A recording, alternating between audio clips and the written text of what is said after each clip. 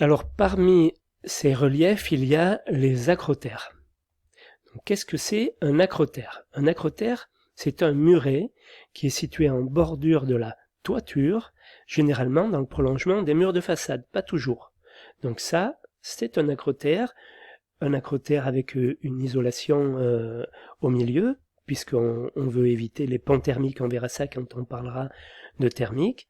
Un acrotère, c'est ça, avec par-dessus une couvertine métallique pour renvoyer l'eau à l'intérieur. On renvoie l'eau sur la toiture terrasse, on ne renvoie pas l'eau chez le voisin ou dans le domaine public. Donc on garde son eau pour soi et on la renvoie sur la toiture métallique. Ça, c'est un acrotère. Donc l'acrotère, il peut être en béton, il peut être en parpaing, il peut être en bloc à bancher, il peut être de différentes compositions. Donc il y a les acrotères bas, dans la hauteur au-dessus de la protection d'étanchéité, c'est-à-dire là j'ai l'étanchéité, je peux avoir une protection au-dessus, ben de là à là, j'ai 30 cm maximum, ça s'appelle un acrotère bas. Voilà. Ensuite, il y a les acrotères hauts, c'est tous les autres. Tout ce qui fait plus de 30 cm de haut par rapport à la protection d'étanchéité. Voilà, donc un acrotère bas par exemple. Donc lui, on voit qu'il déborde de la façade est ici, et par exemple, on voit qu'il n'est pas aligné sur la façade, et on a une goutte d'eau exactement comme sur les appuis de fenêtre. C'est le même souci, il est représenté ici avec un angle aigu, bon, voilà comment ça se passerait. Il a une forme de pente ici, ce qui veut dire qu'on n'est pas obligé de mettre une couvertine sur ce type d'acrotère. On en mettra quand même une pour protéger le béton de l'humidité en hiver. Hein. Voilà. Donc il y a les costières. Les costières, ce sont aussi des murets, mais eux, c'est pas tout à fait les mêmes.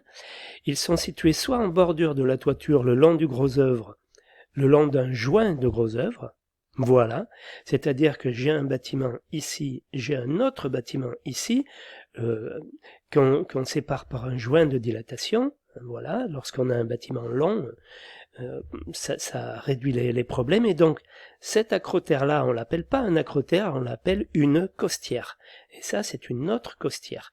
Il y aura par-dessus une couvertine qui va chapeauter le tout pour protéger le joint de dilatation. Voilà, donc ça s'appelle une costière.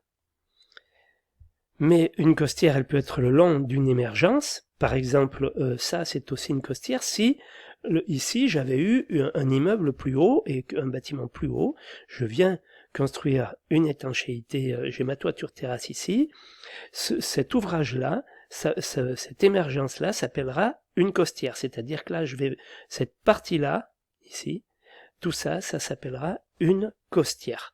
Pour les gens qui travaillent en étanchéité, hein, un étancheur, pour lui, la costière, c'est ça. Donc qu'il y ait un acrotère ou pas d'acrotère, lui, il va venir habiller une costière. C'est pour ça que sur les chantiers d'étanchéité, il y a cette ambiguïté. Par exemple, si vous avez à visiter des chantiers d'étanchéité, costière, c'est assez vaste pour un étancheur. Hein.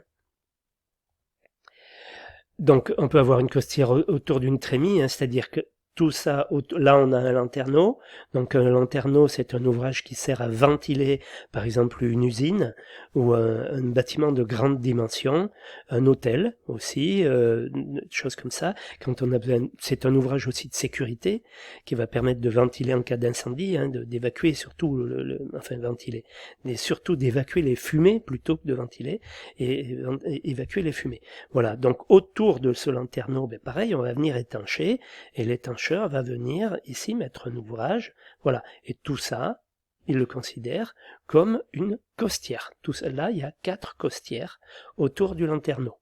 Voilà. Bon, on peut aussi avoir des souches de cheminée. Une souche, c'est donc un ouvrage comme la souche de cheminée, par exemple. Les murs les murs de locaux, comme ici. La toiture terrasse va venir faire une sorte de patio, on va dire. L'immeuble continue après. Ben là, à cet endroit-là, on a un relief.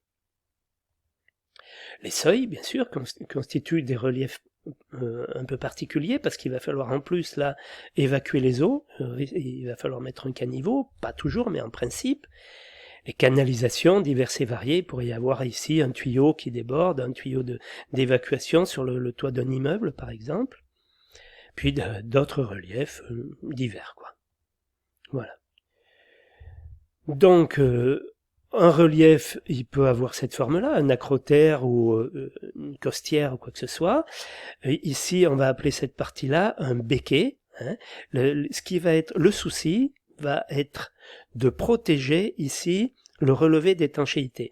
On va avoir une étanchéité ici, un relevé d'étanchéité ici, et ce qu'on ne veut pas, c'est que l'humidité passe derrière le relevé d'étanchéité. Voilà, donc le souci, c'est de faire en sorte que l'eau aille directement sur l'étanchéité en partie courante, c'est-à-dire la partie horizontale, mais qu'elle ne vienne pas nous gêner ici et passer derrière la protection d'étanchéité. Donc, on va venir mettre un béquet, cette partie-là s'appelle un béquet.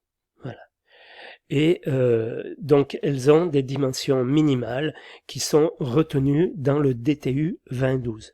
Ne les retenez pas pour un relief, on va dire qu'il va y avoir certaines dimensions. Ne retenez pas ça, mais enfin, sachez que la préoccupation, c'est d'éloigner l'eau de pluie du relevé. Voilà. Voilà ce que j'avais à vous dire sur le DTU 2012.